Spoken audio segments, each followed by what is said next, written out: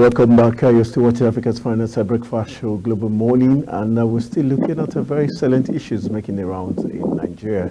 It's now time for us to key into one of the biggest news in Nigeria, which has to do with the suspension of Senator Abdul Ningi due to his allegation of Nigeria, having two separate budgets, one of 25 trillion naira, one of 28.7 trillion naira, which is presently being operated according to him, which led to his eventual 3 months suspension. We'll be looking at the intricacies of these suspension, the wider implication, and also we know that the president did meet with the top officials of the National Assembly yesterday after the suspension of the senator. So we'll be looking at the implication of all these issues. And one man has been given the task of helping us. This is not a person but Kester Elebe Sulu, who is a lawyer and also an activist. Good morning, Kester. Nice to have you join us on Global Morning. Good morning, Mr. Tony. How are you today? I'm doing great, and you too. All Very right, let's begin our discourse with the eventual suspension of Senator Abdul Ningi. There were some revelations after he talked about the budget padding, the fact that as much as 500 million was given to some high-ranking senators, which that talk has been played down. And also we know that yesterday the president met with Godswill Akpabio and some officials of the Senate after the suspension of Ningi. And also we also have a reliable source that he has also stepped down or resigned as the chairman of the Northern Senators Forum. Let's look at the implication of all these that has played out in the last 48 hours.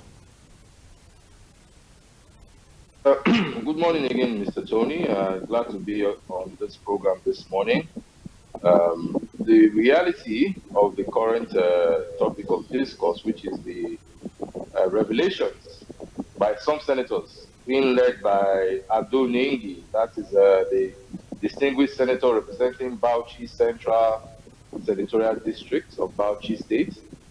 The revelation is quite disturbing, and it should not be one that should be treated with levity, because it says a lot about goings on at the National Assembly. If, and I repeat, if there's any element of truth, in it, it will not all go well for the progress and economy of our dear nation. So I say if because as a lawyer, I know that he who asserts must prove, and I know that all allegations must be proven beyond reasonable doubt.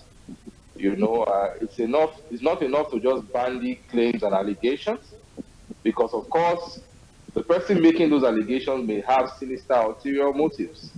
So, however, my point is that the Nigerian government, the National Assembly, should not rest on their oars until they look at the implications and look at the veracity or validity of these allegations or claims. It is worrisome that in this day and age such things should still be happening. But it's very worrisome, and it doesn't all go well for our national economy. So I think it should be investigated thoroughly. Okay, looking at the fact that now he's been suspended for 3 months, and the presidency did have a quick meeting with the top echelon of the Senate yesterday after the suspension.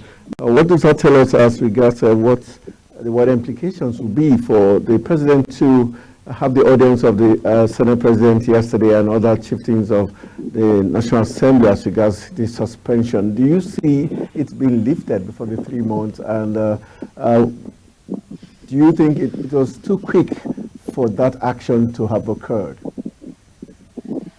Well, really and truly, I am sure that we can hear you. Can you hear me?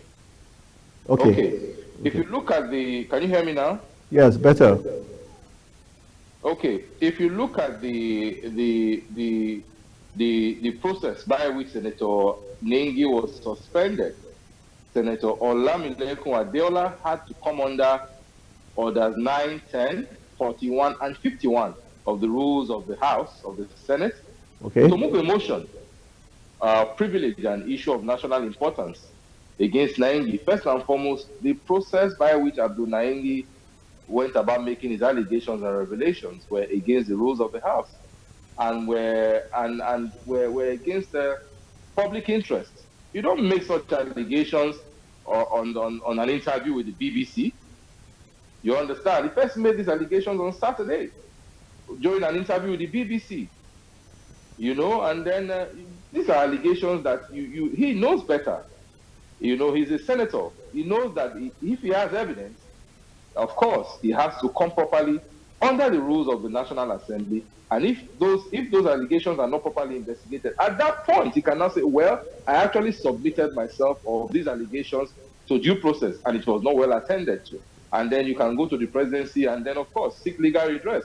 But he went ahead, you know, to go to the court of public opinion. So that raises the question. Is this not just a rabble-rousing attempt?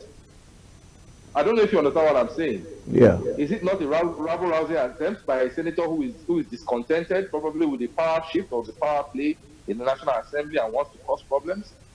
You know, because the forum in which he made some revelations is not proper. So I'm sure his suspension was actually in line with the procedures of the House. So I'm aware that the suspension is for 3 months. So and I'm sure that the National Assembly will want to nip such attitude in his bud, and I'm sure they will use him as an example or a scapegoat.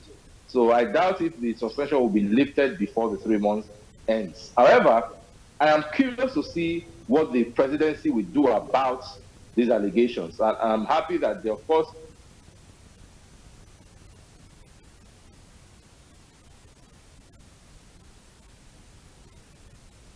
okay. All right. I think we need to await. Yeah, I'm sure they are looking at it seriously. okay. All right. Let's look at the issue of the 500 million naira that was said to be given to high-ranking senators. Do you think this will quiet that part of the revelation?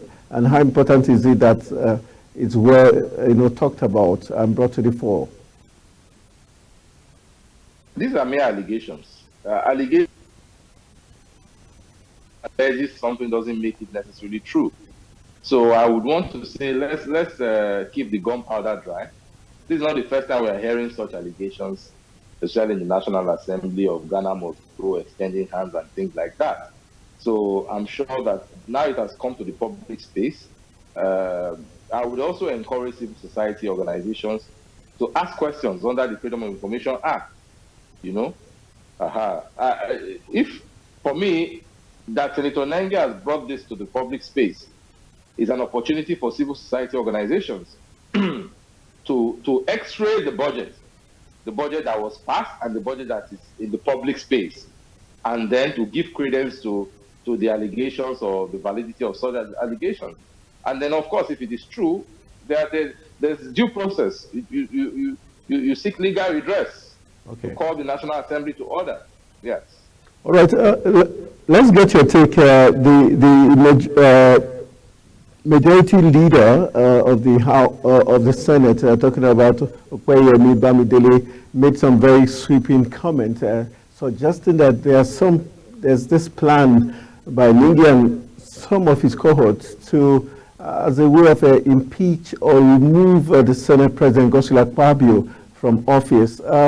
Do you see any truth in that? And would you say also that the Senate President Godswill Akpabio has also made very, very disturbing comment over time? We heard about the comment he made in Wigwe's funeral, where he said the Labour Party presidential candidate in President Peter Obi was better received than him, and other comments where he also accused state governors of collecting monies to better the lives of their people, but never used it And also the XY CBN governor, where he also alleged that the current administration didn't know what charges to prefer against Emefiele. Do you think he's chewing more than he can bite? Well, the reality is that the Senate President, Godswill Akpabio, is a very highly controversial figure. A highly controversial politician. And my opinion is that his media handlers should do a lot more, a lot better, you know, in handling his media pronouncements and things like that. For example, if I know the nature of my principle is to be controversial, I would take steps to ensure that whatever he says will not be misinterpreted and misconstrued by the public and by the press. So I think that the ball, for me, the ball of responsibility lies in the hands of his media handlers, his aides, you know. You remember that at some point, the previous administration, President Buhari made pronouncements that were misinterpreted and misconstrued until his media handlers actually became proactive to ensure that only one channel of communication was known, you know, and all that. And then when pronouncements were made by the president, it was pronouncement that was based on facts and not on speculations and things. So I think that the media handlers of the Senate president need to have a lot of work to do. That's my opinion. Okay, but in terms of the majority leaders claim that some persons want to oust him from the seat of the presidency of the Senate, do you think that's true? And is it a possibility? Of course, I mean, uneasy lies the head that wears the crown, as it is commonly said. You know, that is a highly coveted position. And if whoever is there is not up to the task, I mean, it's politics. The field is a level playing field. Whoever feels that they can do better should, of course, aspire to such. But all these aspirations, political aspirations, should be at the interest of the public, at the interest of the Nigerian people. Otherwise, for your selfish interest, Nigerians are actually, you know, suffering. Nigerians are in need of good governance. So we need leaders who can actually walk the talk. So if the Senate president is unable to do so, I think I wouldn't have any issues against anybody impeaching him within the process, within the rules of the House.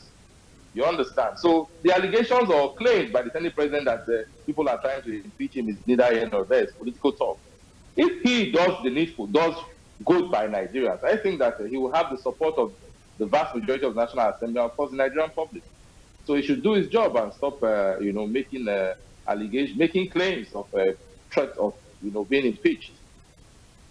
Okay, let's just to wrap it up in terms of talking about the budget padding issue before we get a quick take on one other major issue. Let's look at Ningi now. What do you expect from Senator Ningi in the coming months for these 3 months that he's currently being suspended? And do you think the Northern Senators Forum, now that he has also resigned from that forum, what the implications might be? And do you think the Northern Bloc would be very happy with what has played out?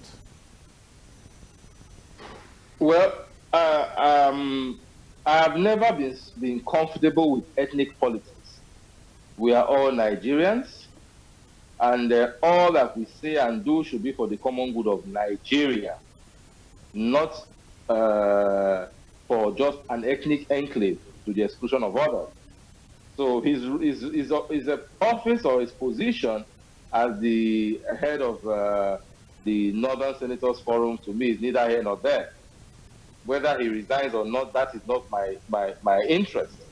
My interest is that this should not become an ethnic or a religious debate. The issues are clear and very simple. If the budget has been padded against the interests of Nigeria, that issue should be you know, objectively investigated, and the persons found wanting should be brought to book. That is it. So if the Northern Senators are the ones making these allegations in the interest of Nigeria, me, myself, as a Southerner, will support them because I know it is for the good of Nigeria. I don't know if you understand. So I want to disabuse people's minds that we should not, we should not start entering into this stereotypes of northern, southern, and all that. We are all Nigerians. I champion the cause of Senator Naingi, assuming without conceding that these allegations are true and that he has evidence to buttress these allegations. I encourage him to use the appropriate medium to ventilate these allegations so that the government and all allegations and ensure that those who are found guilty be brought to book without any ethnic coloration to these activities, please. All right. Why I asked you that question that seemed to have to do with ethnicity was because Bamidele Operemi Bamidele, who is the majority leader, did raise the issue that it's been 40 years last when someone from the South was the Senate president. And he said that when people from the other regions of the country, David Mark and co, were the Senate president, they had peaceful reign, but once he came to the South, the Northern group and some senators deliberately wants to rock the boat. How do you see that playing out? Well, that for me is a knee-jerk response to the allegations, which are serious. That doesn't cut it for me. Mr. Momodu, if somebody says you have stolen a meat from a pot of soup and your only defense is that just because you are finer than the person who made the allegations, or because your wife is more beautiful, that will not be a defense. The issue will be: did you steal the meat or you did not steal the meat? If you didn't steal the meat, can you debunk the allegations? So that is neither here nor there, my brother. That is neither. It goes to no issue. If the issue was the budget padded, I'm happy that Senator Akpabio admitted himself that Senator Naingi claims to have evidence to buttress his allegations and that he has documents. So I'm really curious to see those documents in the public domain. And I'm sure that the security agencies are gearing up to investigate all these allegations and bring the culprits to book. All right. My final question will be, with this suspension now, do you think it's going to quiet other senators who might have reservations or concerns as regards certain other activities that might not be of public interest, but because of what has happened, might decide to shoot the sword? Because we got a statement from former senator in the person of Shehu Sani, who made a very interesting comment as regards to when he says a suspension in Senate means a senator will not be allowed to attend plenary and will be prohibited from attending committee meetings and participating in oversight functions, and his salary allowances and all entitlement will be blocked. He said he will not have access to his office and he's expected not to be seen within the premises of the National Assembly until the suspension is lifted. When I publicly disclosed the salaries and running costs of lawmakers, it was then Senate President who saved me from suspension. If you talk too much, your body go tell you. That is why even opposition no fit to oppose too much. This is Sani Shehu saying this. Is this good for our democracy if somebody speaks truth to power or seems to reveal too much? He gets sidelined. How bad is this for our democracy? Well, it goes to show that corruption is fighting back, and then for me, it is not a positive one. But like I said before, it's in the public space, and lovers of democracy and lovers of good governance, I'm sure, will be gearing up to join this fight. For me, it's a fight between good governance and corruption. It's a fight between probity and accountability and corruption. It's a fight between a well-meaning Nigerians and corrupt elements in our government. It's not just about Senator Naingi now. Yes, Senator Naingi is the one that bears the cat, as it were. We always say in Nigeria, So all of us who know that we want good governance, who know that we want corruption to be brought down to the barest minimum, should join this cry, this call for probity, for accountability, call for investigation. Now, if Senator Naingi is being victimized by the National Assembly, as you just opined, it is nothing surprising. But the National Assembly did not elect him to that position. So there's a limit to which they can suppress his rights as a senator. I don't know if you understand what I'm saying. Can you hear me? Yes. Yes. Can you hear me? Yes, I can hear you. So the National Assembly, yes, where's the right of National Assembly to restrict his activities as a senator and his own right as a senator duly elected by the people of Bauchi Central begins. So if any of his rights as a senator has been breached, of course, that's where the judiciary comes in. There should be judicial interpretation of the validity or legality of the suspension or the terms of the suspension. I'm sure this is not the first time senators have been suspended in the National Assembly. Okay. There have been various judicial pronouncements as to those the effect of those suspensions. All right, Kester Elebe Sunu, thank you very much for joining us this morning, and thank you for your very sound analysis of that talking point. We hope in the coming hours we'll hear from you, and we urge you to enjoy the rest of your day and like the color of your tie. Good morning. Thank you so much, Mr. Tony. Have a blessed day. Good morning. All right, we'll go for a very quick break. When we return, we'll be talking to Osula Osa Paul, who is the PDP chairman for Oredo local government area. He'll be our next guest after this break as we look at what is playing out in Edo State. That will be after this break. We'll be joining the Oredo local government chairman for the PDP in the person of Osula Osa Paul, who will be our guest after this very short break. Stay with us.